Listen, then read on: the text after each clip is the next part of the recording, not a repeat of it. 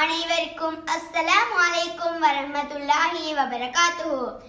நான் இன்று உங்கள் முன்னிலையில் டெங்கு ஒழிப்பு திட்டம் என்ற கருப்பொருளை மையமாக கொண்டு பேச முன்வந்துள்ளேன். இன்றைய சமுதாயத்தில் குழந்தைகள் முதல் பெரியவர்கள் வரை வயது வேறுபாடின்றி டெங்கு நோயினால் பாதிக்கப்படுகின்றனர். இந்நோய் பல உயிர்களை காவு கொண்டுள்ளது. டெங்கு நோய் மழை காலங்களில் வேகமாக பரவுகின்றது. இந்நோய் வேகமாக பரவுவதற்கு மனித நடவடிக்கைகள் முக்கிய காரணமாகின்றன.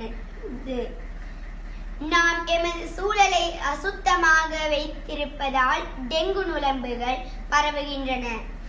தேங்கி நிற்கும் சுத்தமான நீரின் டெங்கு நுளம்புகள் முட்டையிடுகின்றன.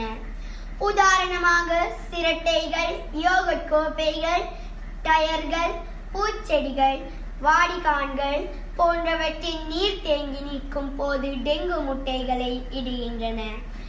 ஆகவே நுளம்புகள் உருவாகாமல் தடுப்பதற்கு சுற்றுப்புறத்தை தூய்மையாக வைத்துக் கொள்ள வேண்டும். நீர் தேங்கி நிற்கும் இடங்களை கண்டறிந்து அகற்ற வேண்டும். நீர் தேங்கும் கூரை பீலிகளை அடிக்கடி சுத்தப்படுத்த வேண்டும். மேலும் உறங்கும் போது நுளம்பு வலைகள் உபயோகிப்பது, நுளம்பு சருள் பயன்படுத்துவது போன்றவற்றில் மூலம் நுளம்புகளில் இருந்து எம்மை பாதுகாத்து கொள்ள முடியும். டெங்குவை ஒழிப்பதற்காக சுற்றுப்புறத்தை தூய்மையாக வைத்திருப்பது எமது கடமையும் பொறுப்புமாகும்.